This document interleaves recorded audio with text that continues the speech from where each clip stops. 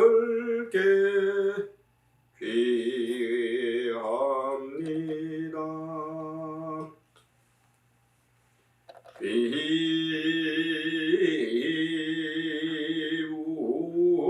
비월 양족전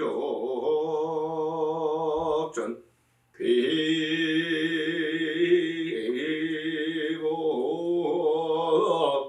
역전 귀성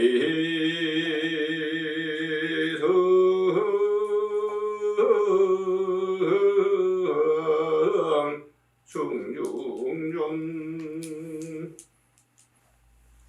부땅 살아나가 참이 담망 살아나가 참이 상강 살아나가 참이 도띠암비 부땅 살아나가 참이 도띠암비 담망 살아나가 참이 도띠암비 상강 살아나가 참이 다띠암비 부땅 살아나가 참이 다띠암비 담망 살아나가 참이 다띠암비 상강 살아나가 참이.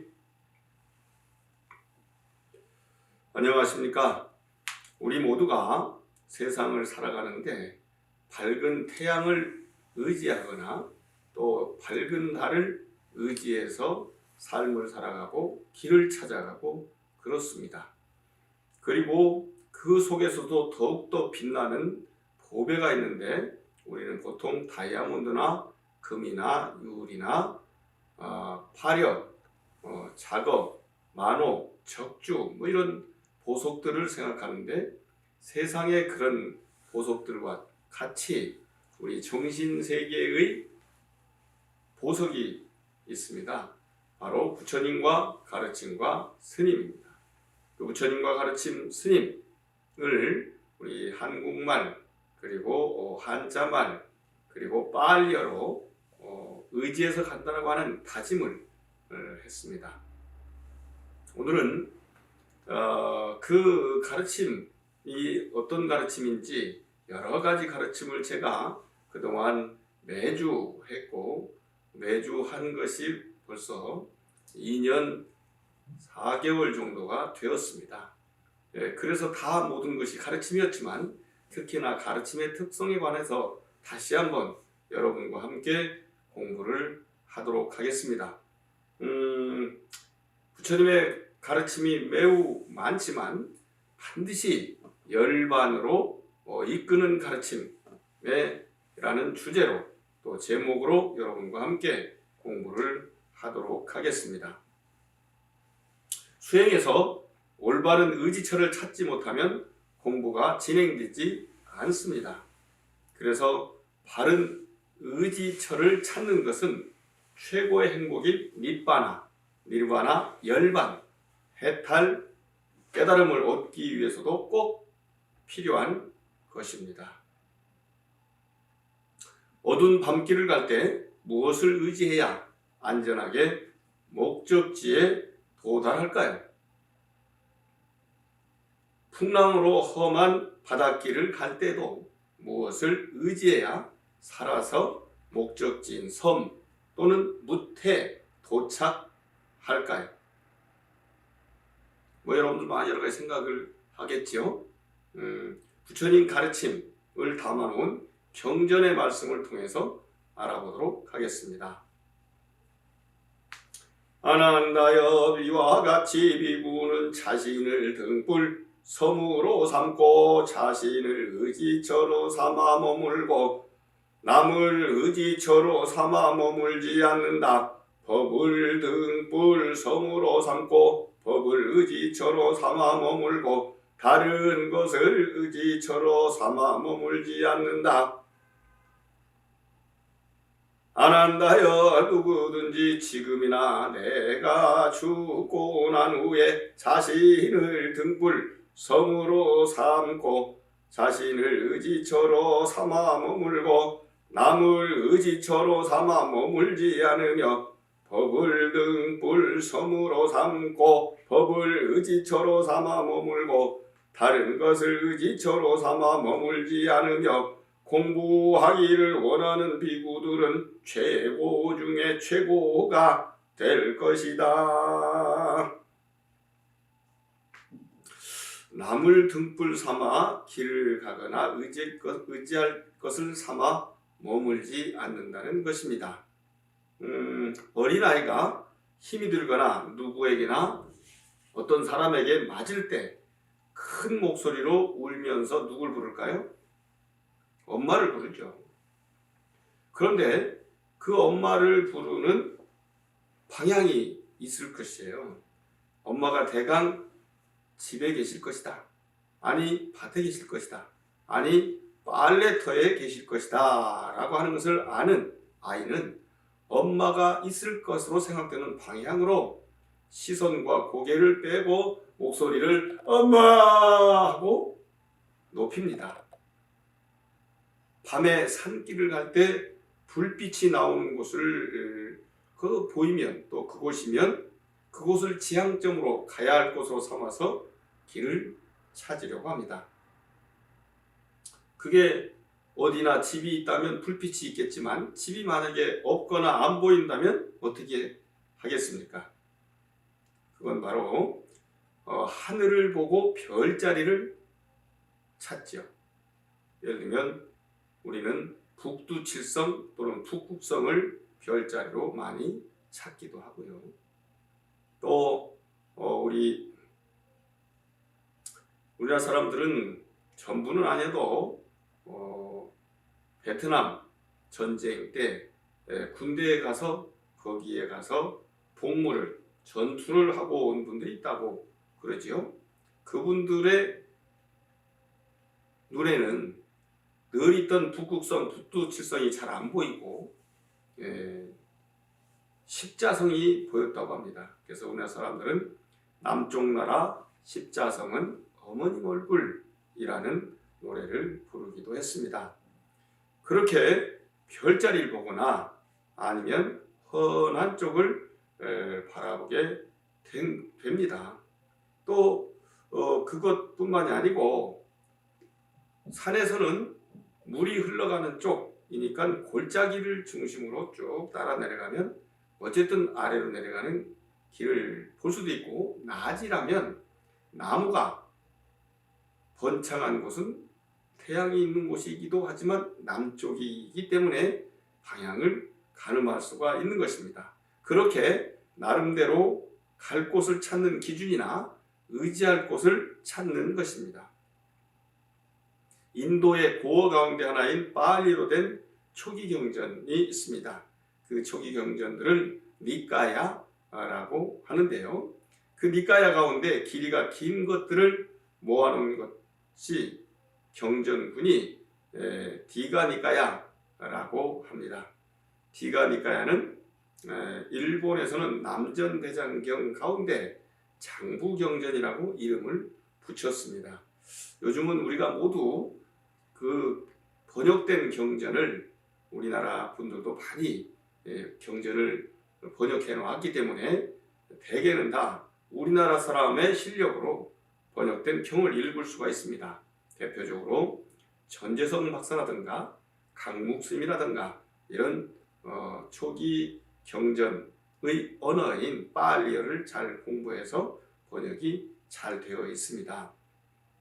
그래서 굳이 일본에서 번역한 단어 또 경전 이름인 장부경전, 중부경전, 상부경전, 증지부경전, 소부경전 이렇게 할 필요가 없습니다.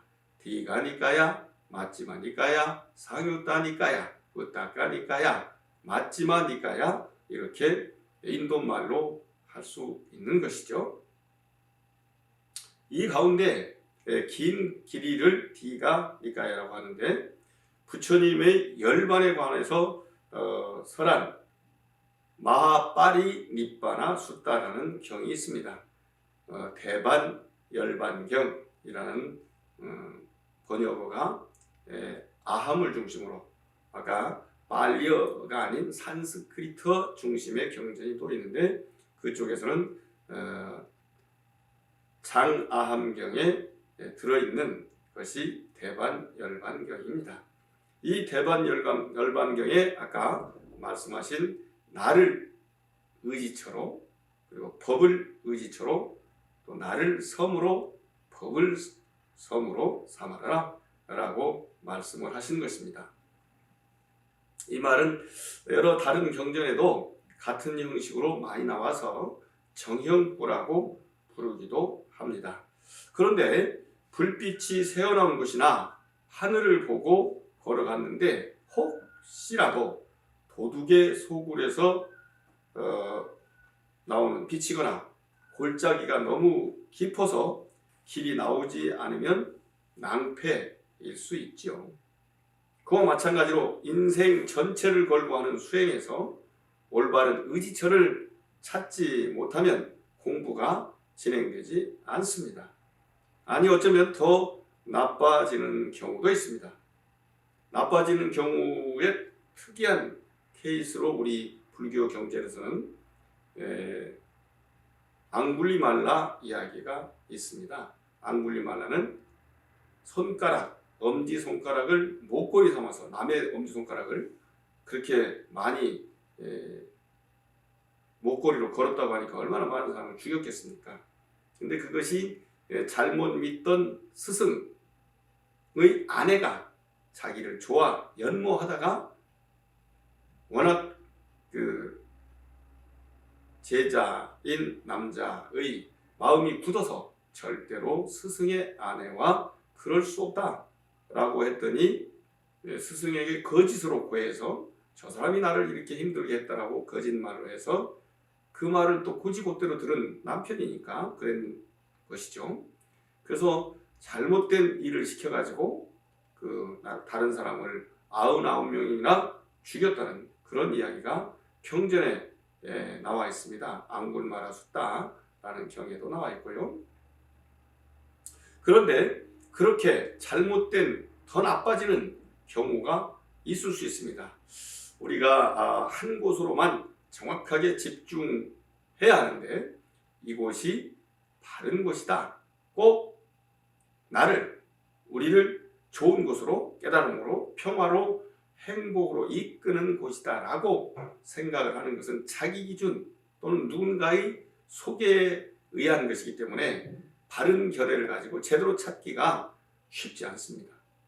그런데 여러분들은 정말로 좋은 가르침인 부처님의 가르침을 이렇게 접할 기회를 가지셨으니 매우 행복함을 조금 더 느끼실 필요가 있습니다.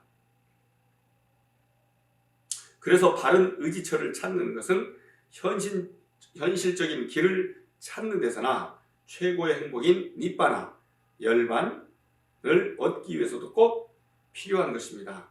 바른 종교, 바른 가르침, 바른 스승이 더욱 필요한 이유이기도 합니다. 조금 분위기를 좀 달리하기 위해서 제가 아름다운 시를 한 수 읽도록 하겠습니다. 열반하신 부처님이나 큰 스님의 뼈들이 바뀐 구슬 같은 것은 살이라고 합니다. 부처님 진신살이를 칭견하고 어느 시인이 읊은 것입니다. 사리 친견 민숙영. 수독사 성보 박물관에서 친견한 부처님 진신살이, 돋보기를 통해 본 사리함에는 영롱한 진주빛 사리가 48과, 중생의 몸엔 감석이 생기고 깨달음을 얻은 부처님의 몸에서는 지혜가 뭉쳐 영롱한 빛을 발하는가. 조개의 상처에선 진주가 되고 소나무의 상처에선 호박석이 되듯 인생의 상처는 보살이 되는 걸까? 살아보면 알게 되지 아픔 없이 태어난 열매 이 세상 어디에도 없다는 것. 다비식이 끝난 후에야 그 뜨거운 인고의 속내 만날 수 있으니 뵐 수 있으니 내 마음 출렁이는 바다에는 부서진 모래만이 서거기는데 얼마나 더 출렁여야 흑진주 같은 시 한 편 품을 수 있을까? 쓸 수 있을까? 참 여기에서는 시가 살이군요. 닛바나를 얻은 시, 얻게 하는 시, 시가 살이 같은 것이라고 시어로 표현한 그 시인의 마음이 가슴에 담아집니다. 기본적으로 자기 스스로를 의지하는 것은 당연하지만 어떤 법을 의지해야 하겠습니까? 단말은 잘 설해진 것이고 즉시 확인할 수 있고 결과가 바로 나타나니 와서 보라는 것이며 도움이 되는 것이고 스스로 체험해 확실히 알 수 있는 것이다. 이 말씀은 상유따 니까의 1권에 실린 깃발경 곧 다자카 숫다에 담겨 있는 말씀입니다. 상유따 니까에는 부처님 당시에 구어인 빨리어로 된 경전 묶음 가운데 주제별로 묶은 가르침 또는 가르침의 제목과 내용이 서로 상응하는 것들의 묶음이라고 이해할 수 있습니다.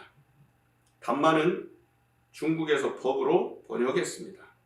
법이란 무엇일까요? 우리들이 무엇인가를 알아차리는 것을 감각과 지각이라고 합니다.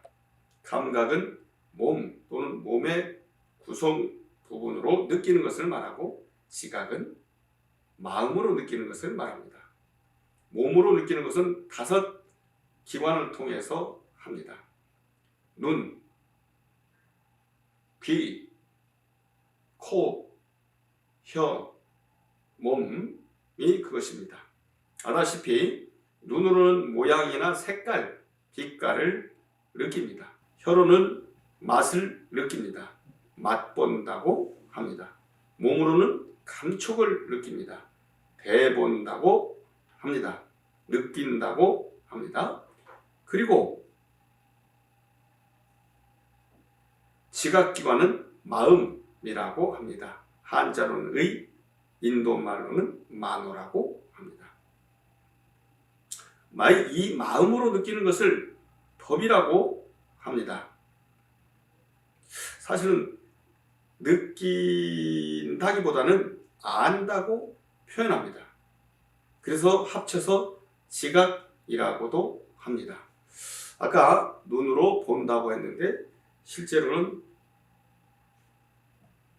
귀로도 듣는다 라고만 하는 게 아니라 들어본다, 코로 맡아본다, 혀로 맛본다, 몸으로 닿고 느껴본다, 마음으로 마음의 눈으로 봐서 안다, 이렇게 이야기들을 하게 되는 것입니다. 그래서 지각이라고 하는 것이죠. 그러니까 법의 첫 번째 뜻은 지각기관인 마음의 지각 대상을 말하는 것입니다. 이 지각 대상으로서의 법은 나눠보면 현상이나 법칙이나 진리를 말합니다. 룰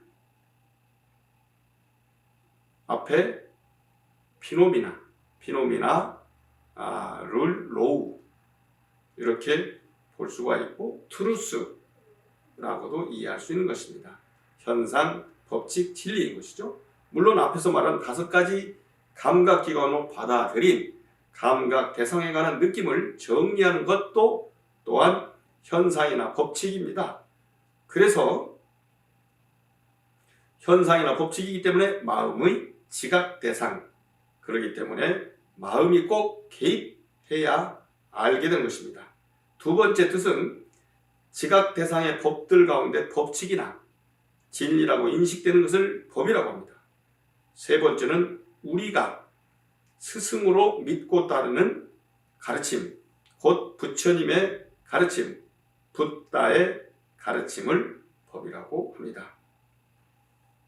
가르침 자체가 현상이나 법칙을 정확하고 알기 좋게 가르치는 것이기 때문에 진리라는 뜻이기도 합니다. 진리, 가르침의 뜻으로 많이 쓰고 있고, 우리는 보통 불교에서는 또는 불경에서는 가르침 자체가, 즉 담마 자체가 부처님의 담마, 붓다 사사나, 붓다 담마의 뜻으로 쓰입니다.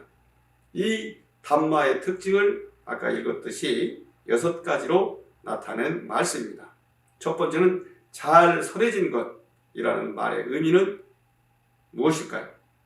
부처님의 법인 담마는 성전, 파리아띠와 4가지 수행길 및 4가지 수행 결과, 그리고 열반을 설하게 되어 있습니다. 설하고 있습니다. 성전은 진리의 말씀이라는 뜻입니다. 4가지 수행길은 수다원길, 사다함길, 아나함길, 아라한길을 말합니다. 수다원은 인도말은 소타팔라, 사다함은 사다가민, 아나함은 아나가민, 그리고 아라한은 아라핫, 이렇게 이야기를 합니다. 수행을 통해서 4가지 성인의 과의에 오른 수행 방법, 곧 도, 길을 말합니다. 인도말로 막가입니다. 지향한다고 해서 향할 향이라고도 합니다. 4가지 수행의 결과는 수행의 길을 닦아서 얻는 결과, 과일, 팔라를 말합니다. 그래서 수다원 과와, 사다원 가와, 아나함 과와, 아라한 과를 말합니다. 수다원은 성인의 흐름에 들어간 일을 말하고, 사다함은 성인에 들어갔다가 다시 범부로 떨어지는 것을 몇 번 합니다. 7번까지는 한다고 합니다. 그래서 칠왕래라고도 이야기하는데요. 아나함은 다시는 범부로 떨어지지 않아서 돌아오지 않는다, 불환과라고 이야기를 합니다. 우리가 뭔가를 하더라도 어떤 일정한 기간 동안 해서 탄력이 붙으면 더 이상 실력이 뒤로 떨어지지 않지 않습니까? 그와 마찬가지가 바로 아나함, 불환과인 것입니다. 아라한은 욕탐을 완전히 확실하게 벗어나서 누구나 공경하고 공양하고 싶어지느니, 우리가 흔히 얘기하죠. 저 사람한테는 아낌없이 뭐든지 주고 싶어. 저 사람한테는 어떤 것도 주고 싶지 않아. 이렇게 얘기하는데, 여기서 아낌없이 뭐든지 줘도 즐거운 그런 대상, 이런 분을 아라한이라고 해서 음공, 마땅히 공양할 분이라고 다르게 부르기도 합니다. 그리고 열반은 욕탐을 완전히 벗어나서 다시는 태어나지 않음을 확실하게 하는 것, 즉 윤회하지 않음을 확실하게 아는 것입니다. 그래서 다시는 태어나지 않으므로, 태어나야만 죽지 않겠습니까? 그런데 태어나지 않으므로 죽지도 또한 않는 것입니다. 이른바 삶과 죽음을 확실하게 뛰어넘은 것입니다. 생사를 초월한 것입니다.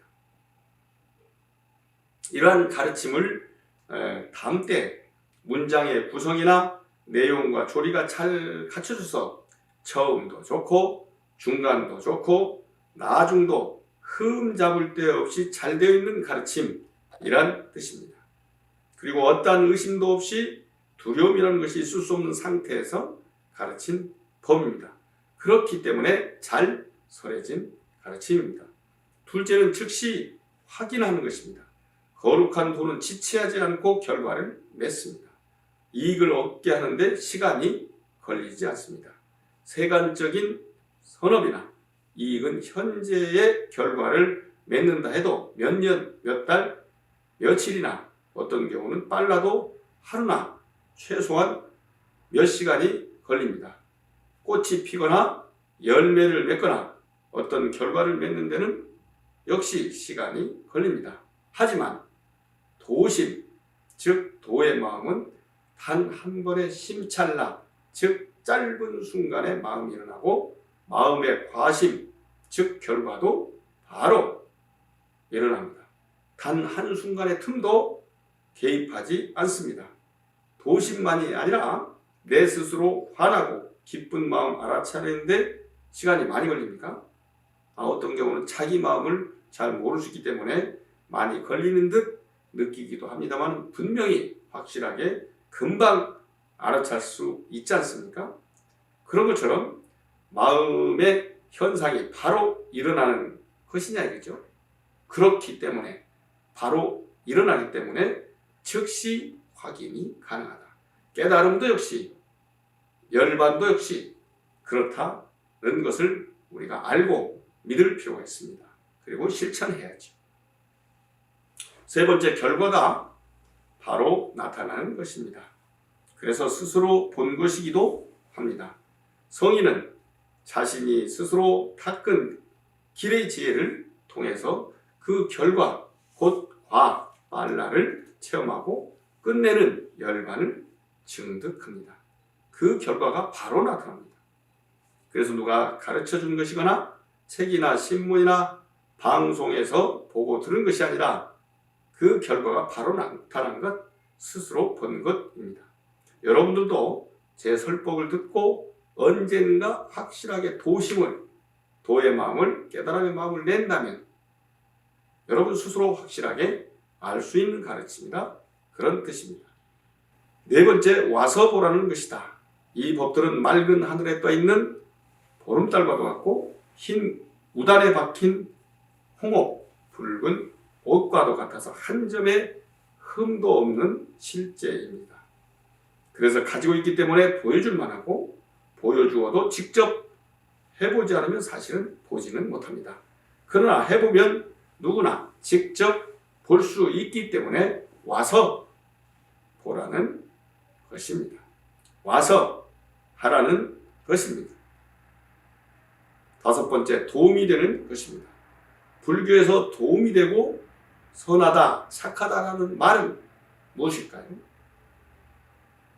그것은 바로 열반, 해탈, 깨끗함, 깨달음에 보탬이 되는 것은 도움이 되는 것이고 선한 것이죠. 물론 반대는 악한 것이죠. 방해가 되는 것이죠. 어느 때 부처님은 말씀하십니다.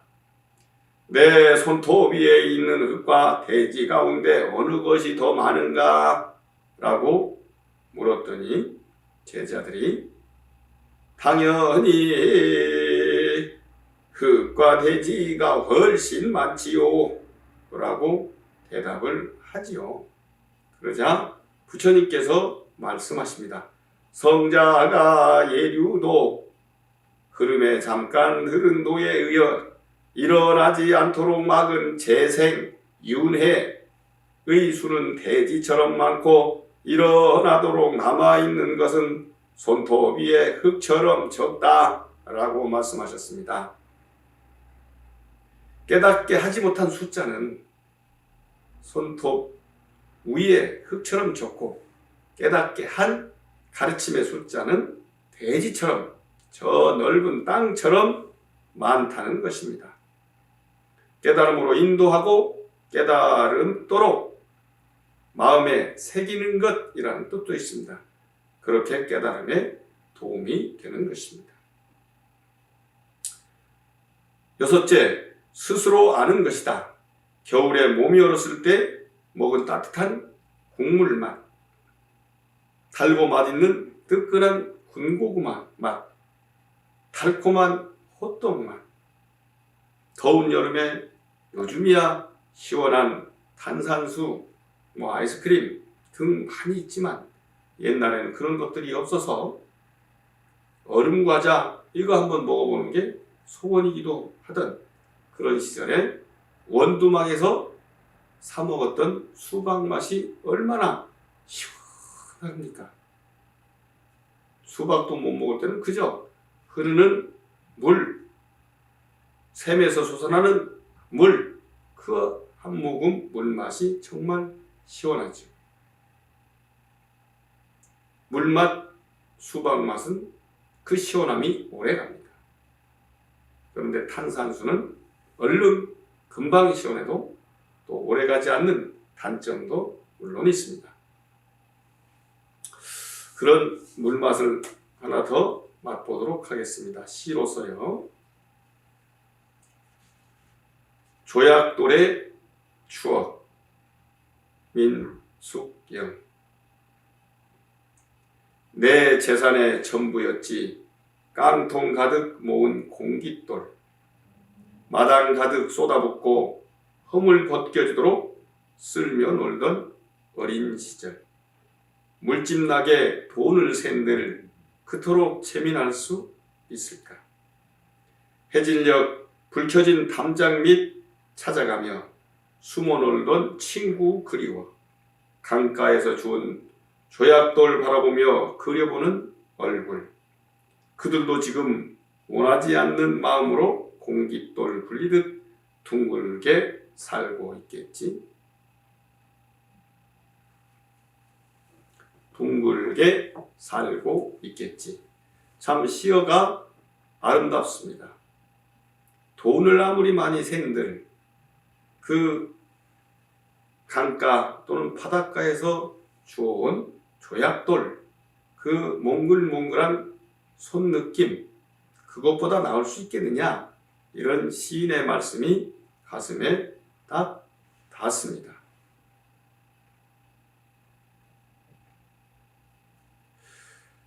우리가 그 공부하고 그런 마음을 갖는 것이 아까 이야기한 것처럼 달콤한 호떡맛, 그 다음에 시원한 수박맛, 이것은 직접 먹어본 사람만이 아는 그 맛을 먹어보지 않은 사람에게 설명해줘도 여러분들 좀 잘 모르는 부분이 있죠.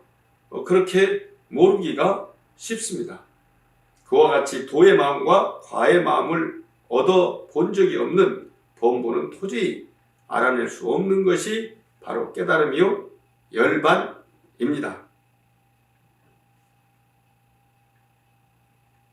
그런데 많은 설명과 안내를 받고 나서야 점진적으로 진리를 이해하든 가르침을 다 듣고 도가를 이루든 요점만 듣고도 도가를 이루든 그 어느 성인이든 도를 이룬 뒤에 스스로 얼마나 자신이 성스러운 수행을 했으며 도가를 성취했고 열반을 증득했는지를 알아냅니다.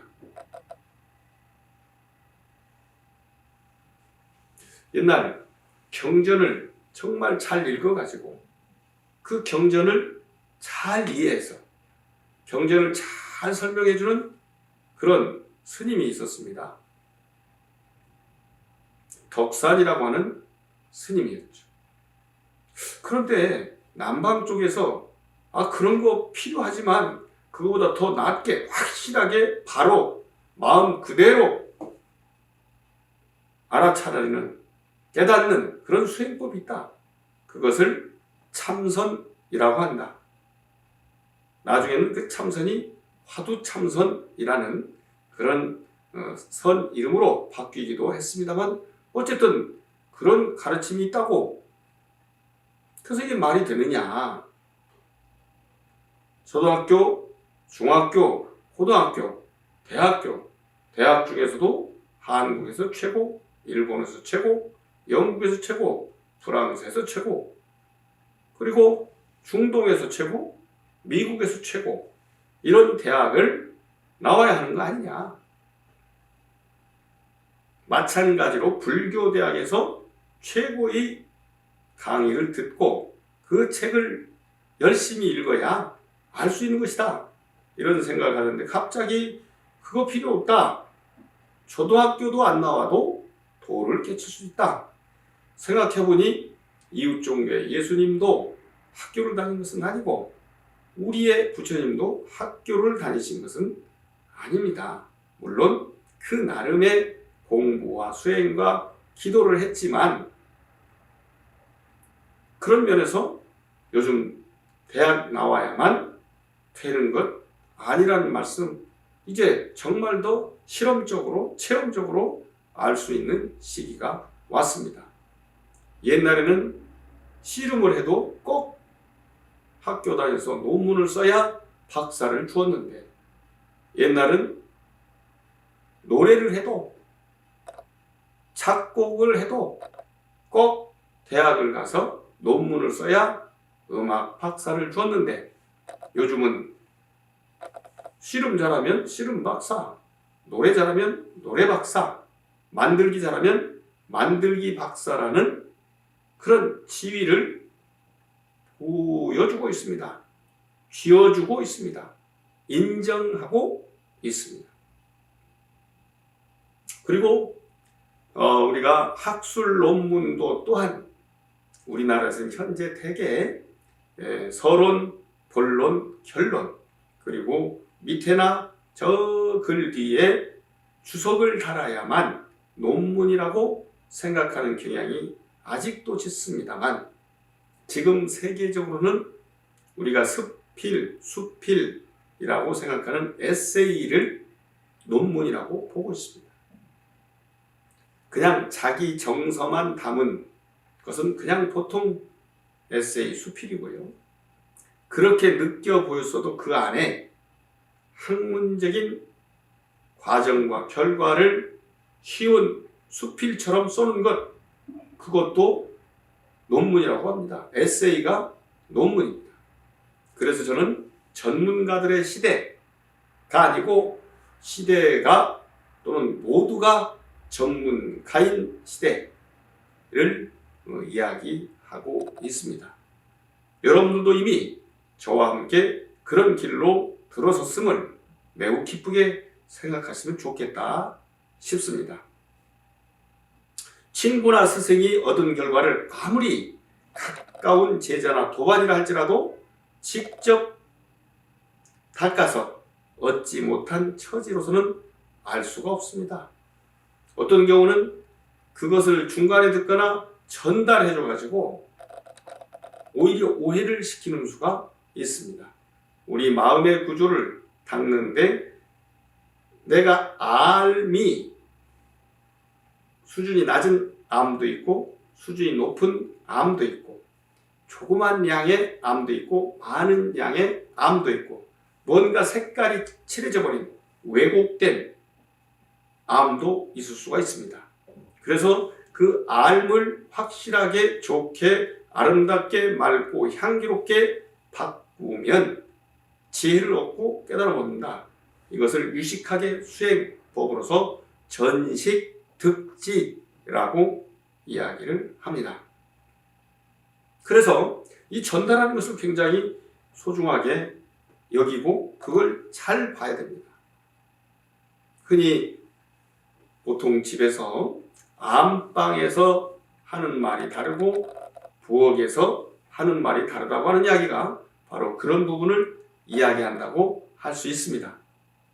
그래서 만약에 안방에 어머니가 계시고 부엌에 아내가 있다면 그 사이에서 왔다 갔다 하는 아들이자 남편의 역할이 매우 중요합니다. 부엌의 아내의 약간의 불만, 안방의 어머니의 좀 힘듦, 이런 이야기를 들었다 할지라도 그것을 고지곳대로 들은 대로만 전해서는 곤란하고 두 사람의 관계 그리고 간의 평화를 위해서 전달할 줄 아는, 어떤 경우는 뺄 줄도 아는 그런 슬기가 필요합니다. 마찬가지로 내 안에 어떤 정보가 눈으로, 귀로, 코로, 혀, 입으로 그리고 피부로 닿았다 할지라도 그것을 모든 나의 경험치와 지식을 그리고 사유를 통해서 정확하게 알아가지고 자기 자신에게 전달해야 내가 슬기로운 생각, 말, 행동을 할 수 있는 것입니다.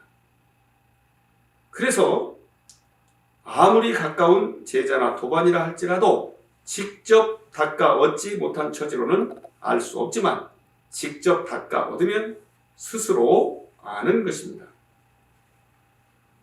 첫 번째 잘 설해진 법이라는 말은 부처님 가르친 법의 특징이라고도 할 수 있고, 뒤에서 말씀하신 5가지 특징을 가지고 잘 설한 것이라고도 할 수 있습니다. 이렇게 확실하고 훌륭한 법이기 때문에 의지해서 우리가 닦아가면 삶과 죽음을 어쩔 수 없이 계속하는 인생, 즉 윤회하는 인생, 괴로운 인생이라는 삶의 파도, 괴로움으로 가득 찬 사바의 고뇌를 건널 때 믿고 의지하면 안심이 되고 힘이 생깁니다. 여러분도 지금 그런 길에 성큼 들어선 것이기 때문에 기운을 내시고 또 즐겁게 공부하시기 바랍니다.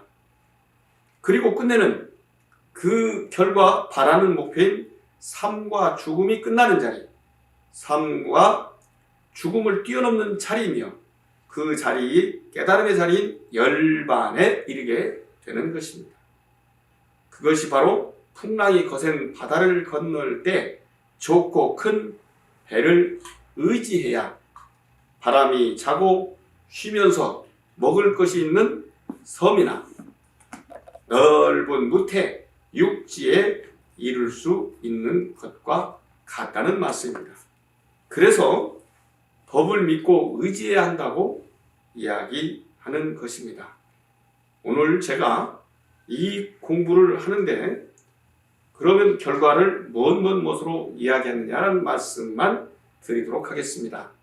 그것은 우리 몸 자체, 그 다음에 몸으로 닿는 그 느낌, 그리고 우리 마음 자체, 그리고 마음으로 지각하는 현상이나 법칙, 이것이 신수, 신법 4가지 마음 닦을 거리라고 해서 사념처라고 이야기합니다. 이 사념처 공부를 하면 누구나 반드시 꼭 깨달음이라는 길로 갈 수밖에 없다. 그러니 레벨이 수준이 낮은 데서 계속 높은 데로 완전히 끝 가는 데까지 갈 수밖에 없다. 그래서 향상일로라고 하고 그것을 한탈것이라고 해서 일승법이라고 하고 인도 말로는 에까야나 막고라고 합니다. 그래서 이것은 반드시 깨달을 수밖에 없는 법이다. 반드시 행복할 수밖에 없는 법이다. 잠깐 행복한 게 아니라 영원히 지속적으로 행복한 결과를 얻는 가르침이다 라는 의미입니다. 4가지 큰 넓은 원을 세우는 사홍선을 하고 오늘의 법문을 마치도록 하겠습니다. 중생을 다 건지오리다